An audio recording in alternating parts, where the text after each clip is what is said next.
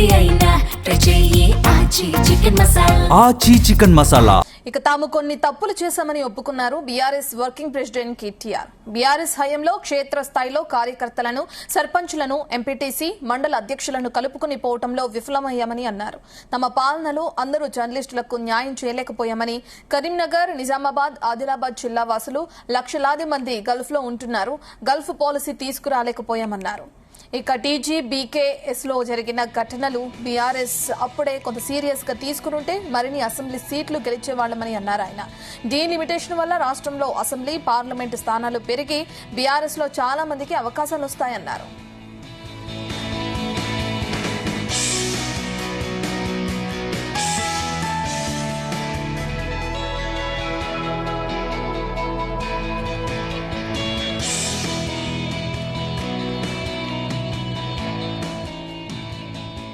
మా chief news coordinator Radhakrishna మరిన్ని details అందిస్తారు. రాధాకృష్ణ, మనం చూస్తున్నాం కొన్ని తప్పులు చేశాం గతంలో బీఆర్ఎస్ హయాంలో ఉన్నప్పుడని కేటీఆర్ చేసిన వ్యాఖ్యలను ఎలా చూడొచ్చుంటారు?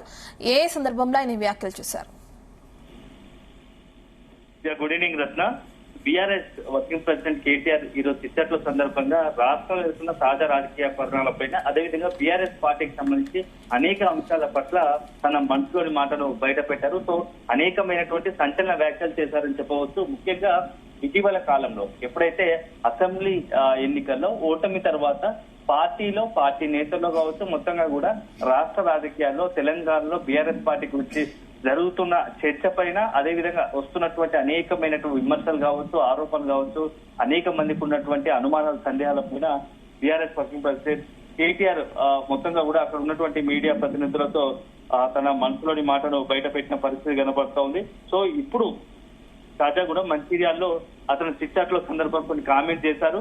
సో మొత్తంగా కూడా అత్యంత కీలకమైనది మొదటగా ఏదైతే బీఆర్ఎస్ పార్టీ మరొకసారి టీఆర్ఎస్ పార్టీగా మారబోతుందా అన్నట్టు. ఎందుకంటే ఎన్నికల తర్వాత కూడా చాలా మంది దీనికి సంబంధించి కొంత అక్కడ పార్టీ నేతలు టీఆర్ఎస్ గా మారిస్తే బాగుంటుంది అనేది చాలా మంది వ్యక్తం చేశారు. సో అట్లాంటి అభిప్రాయాన్ని కూడా వ్యక్తం చేసిన పరిస్థితి. కేటీఆర్ కూడా ఒక రకంగా వాళ్ళతో అందరితో ఏకీభవిస్తూనే, కానీ ఎంతవరకు ఇది సాధ్యం పడుతుందో చూడాలి. అది అల్టిమేట్ గా అధినేత కేసీఆరే దీనికి సంబంధించి ఒక నిర్ణయం తీసుకోవాల్సి ఉంటుంది అని చెప్పేసి స్పష్టత ఇచ్చే ప్రయత్నం చేశారు. ఇక అక్కడ ఆదిలాబాద్ జిల్లాకు సంబంధించి మంచిర్యాలలో పర్యటిస్తున్నారు కాబట్టి ప్రాణహిత పైన తుమ్మిడిహట్టి మధ్య నిర్వహించినటువంటి ప్రాజెక్టు పైన సంబంధించి కూడా అతను మాట్లాడుతూ దానిపైన మహారాష్ట్ర అభ్యర్థులకు చెప్తూ ఉంటే కాంగ్రెస్ ప్రభుత్వం మాత్రం బడ్జెట్ లో నిధులు కేటాయించడం చాలా విరుద్ధంగా ఉందంటూ కూడా కామెంట్ చేశారు. సో గతంలో మేము కొన్ని పొరపాట్లు చేశాం రాజకీయంగా, దానివల్ల కొంత రాజకీయంగా నష్టపోయాము అని చెప్పేసి కూడా కేటీఆర్ చెప్పిన పరిస్థితి కనబడుతూ ఉంది.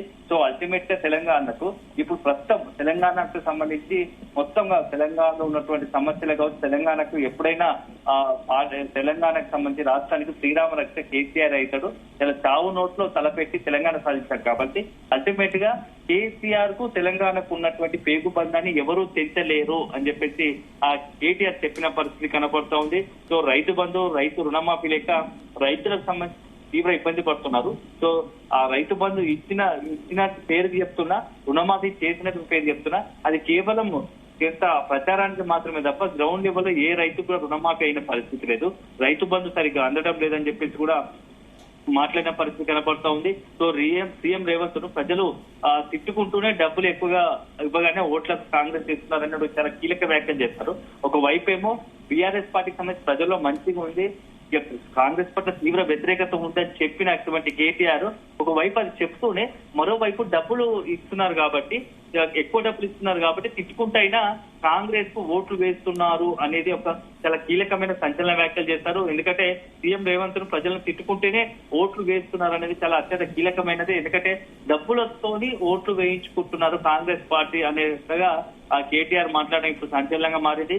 సో దీంతో పాటుగా జీవన్ రెడ్డి ఇటీవల కాలంలో కరీంనగర్ జిల్లాకు సంబంధించిన సీనియర్ నేత మాజీ మంత్రి జీవన్ రెడ్డి బీఆర్ఎస్ పార్టీలో చేరబోతున్నట్టుగా ప్రకటించారు. ఈ నేపథ్యంలో జీవన్ రెడ్డి రాకతో కాంగ్రెస్ పార్టీకి అదనంగా బలం చేకూరుతుంది అని చెప్పేసి కూడా చెప్పారు. ఇక నెక్స్ట్ వచ్చే ఎన్నికల్లో ఏ పార్టీతో పొత్తు ఉండదు, సో ఒంటరిగానే బరిలోకి దిగుతుంది. అనేకమైనటువంటి ఇప్పటి వరకు బీఆర్ఎస్ పార్టీ పైన ఆ పార్టీతో పొత్తుకు వెళ్తుంది, ఈ పార్టీతో పొత్తుకు వెళ్తుంది అని చెప్పి అనేక మంది ఆరోపణలు విమర్శలు చేస్తున్నారు. కానీ బీఆర్ఎస్ పార్టీ ఒంటరిగానే ఉంటుంది రంగంలో అని చెప్పేసి కూడా స్పష్టత ఇచ్చే ప్రయత్నం చేశారు. సో గతంలో బీఆర్ఎస్ ఎన్నో విజయాలు చూస్తుంది. సో ఇప్పుడు ఓటమి వాడడం వల్ల అవన్నీ తెరపైకి అవన్నీ కూడా విజయాలన్నీ కూడా పక్కకు పోయి బీఆర్ఎస్ చాలా ఘన చరిత్ర ఉంది. సో అవసరాన్ని ఎప్పుడు కూడా ప్రజల పక్షం, తెలంగాణ ప్రజల పక్షమే ఉంటుంది అని చెప్పేసి కూడా కుండబద్దలు కొట్టాడు. అదే సందర్భంలో ఈ ప్రస్తుతం రాష్ట్రంలో తెలంగాణలో ప్రజలు ఎదుర్కొంటున్న సమస్యలపైన త్వరలోనే ఒక పాదయాత్ర చేయబోతాను, ఆ సమస్యల పరిష్కారం నావంతో కూడా పాదయాత్ర చేయబోతాను రాష్ట్ర వ్యాప్తంగా అని కూడా చెప్పారు. సో అత్యంత కీలకమైనది కేటీఆర్ పాదయాత్రకు సిద్ధమవుతున్నాడు అని చెప్పేసి కూడా తెలుస్తున్నట్టుంది. సో పార్టీ పరంగా తనకు వ్యక్తిగతంగా కూడా తనకు సంబంధించి కేటీఆర్ మీడియా ప్రజలు ఇచ్చాల్సిన సందర్భంగా చెప్పారు. నేను ఆల్రౌండర్ ను, నాకు అంటే ఒక రాజకీయంగా అన్ని రకాలుగా నేను అన్నిట్లలో ముందుండగలుగుతాను అన్నట్టుగా కూడా తనపైన కాన్ఫిడెంట్ గా చెప్పిన పరిస్థితి. అంటే రాధాకృష్ణ ఇప్పుడే కేటీఆర్ చేసిన వ్యాఖ్యలు మనం చూస్తున్నాం. కొన్ని తప్పులు జరిగినాయి అంటున్నారు. అండ్ మీరు చెప్పినట్లుగానే పాదయాత్ర అంటున్నారు. జీవన్ రెడ్డి బీఆర్ఎస్ లో జాయిన్ అయిన రాజకీయ పరిణామాలను కూడా మనం చూస్తున్నాం. వీటన్నిటిని దృష్టిలో పెట్టుకుని మరి నెక్స్ట్ జరగబోయే ఎలక్షన్స్ లో మరి బీఆర్ఎస్ పార్టీ ఏ విధంగా ముందుకు వెళ్తుంది అనుకోవచ్చు. అండ్ ఇప్పుడు చేసాం తప్పులు అని వాళ్లే ఒప్పుకుంటున్నారు కాబట్టి అటువంటివి రిపీట్ అవ్వకుండా ఎటువంటి జాగ్రత్తలు తీసుకునే అవకాశం ఉంటుంది అనుకోవచ్చు. ఖచ్చితంగా రత్న, ఎందుకంటే గత ఎన్నికల్లో కొన్ని నియోజకవర్గాల్లో కొంతమంది ఎమ్మెల్యేల పైన తీవ్ర వ్యతిరేకత ఉన్నప్పటికీ వారిని మార్చే క్రమంలో కొంత ఆ సీట్లు మారిస్తే, ఆ ఎమ్మెల్యేలకు సంబంధించి ఎవరైతే ఉన్నారో గతంలో వాళ్ళకు క్యాండిడేట్లను మారిస్తే, అక్కడ అభ్యర్థులను మారిస్తే కొంత బీఆర్ఎస్ కు అనుకూలంగా ఉండేదేమో ఫలితాలని చెప్పేసి కూడా కొంత చర్చ జరిగింది. అదే క్రమంలో కొన్ని విషయాల పట్ల కొన్ని సామాజిక వర్గాల పట్ల కావచ్చు, కొన్ని వర్గాల పట్ల కొంత మేము పూర్తి స్థాయిలో దృష్టి పెట్టలేకపోయాం, పూర్తి స్థాయిలో వాళ్ళకు న్యాయం చేయలేకపోయాము. దానివల్లే ఇంత ఎఫెక్ట్ చూపాము. ముఖ్యంగా నిరుద్యోగులు కావచ్చు, జర్నలిస్టులు కావచ్చు, కొన్ని వర్గాలకు సంబంధించి మేము వాళ్ళకి పూర్తిగా మా వల్ల న్యాయం చేయలేకపోయాము అని చెప్పేసి కూడా కేటీఆర్ చెప్పిన పరిస్థితి. ఇప్పుడు వాటన్నిటినీ కూడా సరిదిద్దుకొని మరింత ఇప్పుడు ఏదైతే ఎన్నికల్లో ఓడిపోయామో దానికి మించి ఎక్కడైతే పొరపాట్లు జరిగాయో వాటన్నిటినీ కూడా సరి చేసుకొని వచ్చే ఎన్నికల్లో ఒంటరిగానే పోటీ చేస్తాము. అందులోనూ ఇప్పుడు ఎన్నికల్లో డీలిమిటేషన్ జరగబోతుంది కాబట్టి చాలా ఎక్కువ మందికి అవకాశాలు ఉంటాయి. సో పార్టీకి సంబంధించి అనేక మంది యువతకు ప్రాధాన్యత కల్పించే అవకాశం ఉంటుంది, మహిళలకు ప్రాధాన్యత కల్పించే అవకాశం ఉంటుంది. కాబట్టి ఈసారి ఎట్లాగైనా తెలంగాణలో అధికారం బీఆర్ఎస్ రాబోతుంది అని చెప్పేసి కూడా కేటీఆర్ కొంత కాన్ఫిడెంట్ గా చెప్పే ప్రయత్నం చేస్తారు, ఒక నమ్మకాన్ని, విశ్వాసాన్ని ప్రకటించే ప్రయత్నం చేస్తారు. ఒక రకంగా అల్టిమేట్ గా కొంత బీఆర్ఎస్ పార్టీకి సంబంధించి ఇప్పుడు జరుగుతున్న వర్త పరిణామాల నేపథ్యంలో, ఎందుకంటే మున్సిపల్ ఎన్నికలు కావచ్చు, అదేవిధంగా స్థానిక సర్పంచ్ ఎన్నికలు కావచ్చు, అదేవిధంగా జూబ్లీ హిల్స్ కంటోన్మెంట్ ఉప ఎన్నికలు కావచ్చు, ఆ ఉప ఎన్నికల్లో ఎక్కడైనా పొరపాటు జరిగిందా, కింది స్థాయిలో కావచ్చు ఎక్కడైనా పొరపాటులో గ్యాప్ ఉందా, వాటిని కూడా సరి చేసుకోవాలన్న ఆలోచనలో ఉన్నారు. సో అల్టిమేట్ గా భవిష్యత్తులో మొత్తంగా కూడా ఎక్కడైతే పొరపాటు జరిగి వాటిని అన్ని సరిదిద్దుకొని వచ్చే ఎన్నికల్లో మరింత స్ట్రాంగ్ గా రంగంలోకి ఉండాలని చెప్పేసి కేటీఆర్ భావిస్తున్నట్టుగా తెలుస్తోంది. ఎందుకంటే త్వరలోనే అటు 27 ఏప్రిల్ 27న మరొకసారి పార్టీకి సంబంధించి ఆవిర్భావ దినోత్సవం ఉండబోతుంది. దాదాపుగా 20 సంవత్సరాలు సిల్వర్ జూబ్లీ జరుపుకుంది.